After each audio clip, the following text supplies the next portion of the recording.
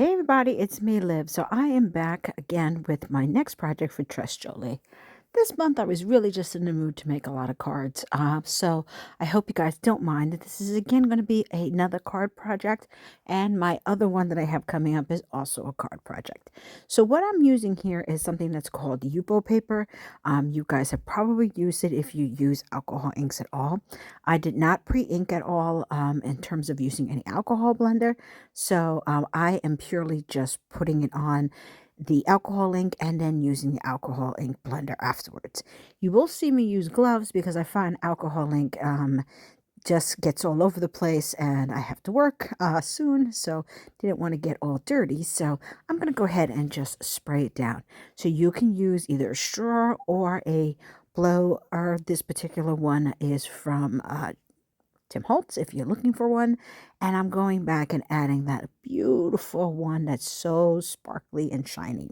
So what I'm going to end up doing here is actually using just spreading it all over the paper. I'm going to be using it probably for another project, so I don't mind if I get patches here, because that's what I think is one of the cool things about using alcohol inks. You don't have to use the whole sheet. You can use portions of it and really get pops of color on your card. The other great thing about alcohol inks is just how you can layer. So you can thin it out if you want to by putting more reinker or more of the alcohol blending solution. And once I have it pretty much dry, but not completely dry, I'm going to go ahead and put in some of my gilded flakes all throughout, because the gilded flakes ends up sticking to the wet parts. So I initially started with my finger, and then I realized it was pulling up too much of the alcohol ink. So then I decided to go ahead in with one of my brushes and kind of tap it out and get it to stick to any of those still not completely dry ridges on the project. And then I'll wipe off any excess. So you can do this with any type of gilding flakes. And you can see it just adds a nice, really cool shine and effect to it. So now that I have the gilded flakes down, I'm going to go ahead and put it to the side and then start making my card.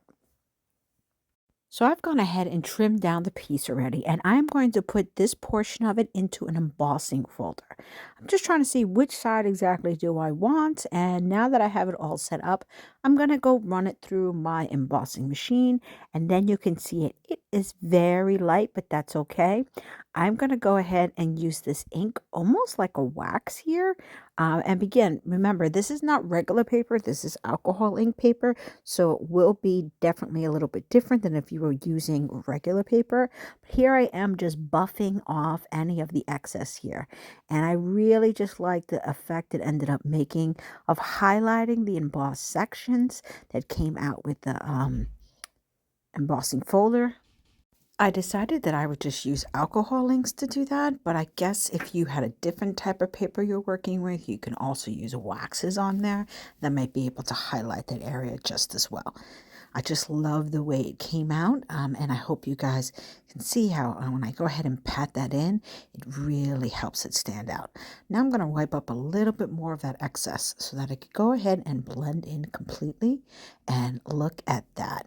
So with this, it's time to start trimming it down so I can really get the pieces that I like. I'm going to go ahead and put it on top of a piece of that vellum that you had seen initially before, and then mount this onto a card base. Next, I want to go ahead and start working on using some of that embossing powder and some leftover strips of the vellum. So this is part of the chipboard that you can get from the Trust Jolie kit. And what I'm doing is I'm going to go ahead and put some Versamark ink on top of it. And with these really fine pieces, sometimes you'll still get a little pieces of the woods in the elements that need to be popped out. So you see me doing that there, and then I'm going to go ahead and apply a very thick layer of the embossing powder ink as well as the embossing powder.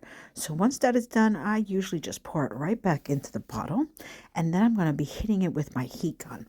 I usually do suggest you have that heat gun over on the side warmed up before you actually start working with it, which I actually did in this video, and you can see how gorgeous this gold color is. It is so bright and vibrant, and I really just love the quality of this embossing powder.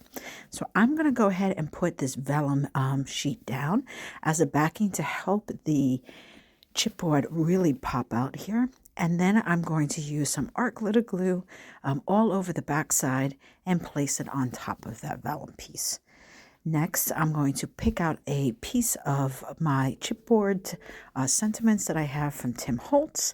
I did take a little bit of the orange ink and ink the edges of it so it blended a little bit better with the card. And then I'm going to do that also all over the sides as well. I did actually mount this onto some colored cardstock, though you can't see it from the internal side of it, but I did put the vellum on top of that. And I just think it kind of brings it all together and continues with this really pretty, grungy type of look to the card. So I hope you guys enjoyed.